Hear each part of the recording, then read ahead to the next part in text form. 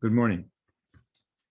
We continue our meditations on the divine feminine and the healthy masculine, and the invitation to renew our understanding and talk about divinity. And we might ask, why does it matter whether we talk about God as exclusively as Father or as Mother and Mother, Father, God? Well, it matters a lot. You can ask any mother or any father of daughters. A number of years ago, I was speaking at a women's conference in Oregon, Portland. I remember Rosemary Ruther, the Catholic feminist, was part of the conference. And I showed Hildegard's mandalas, her paintings, and told stories about her. And I shared her accomplishments in her life, how she was a painter and a first-class musician and a prophet who took on powers that be of her time, a healer, and so much else.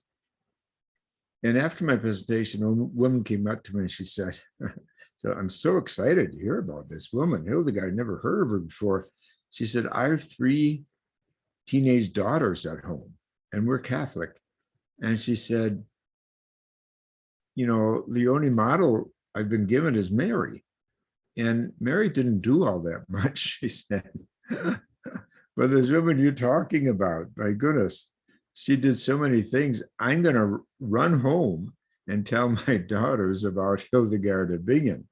And this is like probably 20, 25 years ago. So that really woke me up to how it's important that people have models in their lives that they can identify with. For women and girls, that's women, not exclusively, of course, but it's important. And so that's one reason why our meditations on the divine feminine, along with the sacred masculine, we should get to along the way, is so important. But of course, there's also a sociological reason for it, and that is that when the feminine is denied or shoved aside, made peripheral, then our cultural institutions are based exclusively on patriarchal values.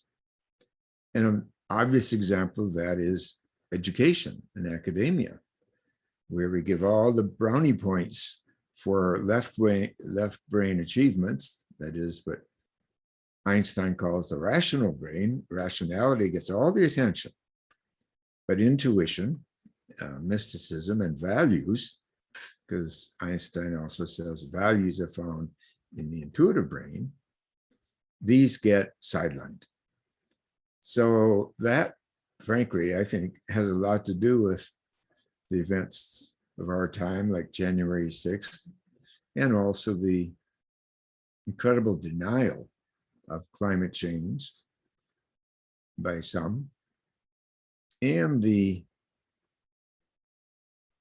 shibboleth, the ideology that getting a vaccine shot interferes with my personal freedom. Well, my answer to that is, does a red light interfere with your personal freedom? Why do we have red lights? To attack your freedom? We have red lights because there are a lot of people in our cities, and we have to respect one another. My rights can only go so far. My right to keep driving through a green light is fine, but people are driving on another street too that's coming at me at 90 degrees. So one of us has to stop for the other, whether we know them, whether we like them. The ego has to be set aside sometimes. And that's a question of value and a question of common survival. So there are many reasons to meditate on the return of the divine feminine, but caring for others, compassion, that motherly energy that is found not only in women, but in men too, this has to be promulgated as a value. Otherwise, there can be no community, and ultimately society will fall apart because there could be no trust. If the ego, my personal freedom, so-called, is the dominant and only value. Thank you. We'll see you tomorrow.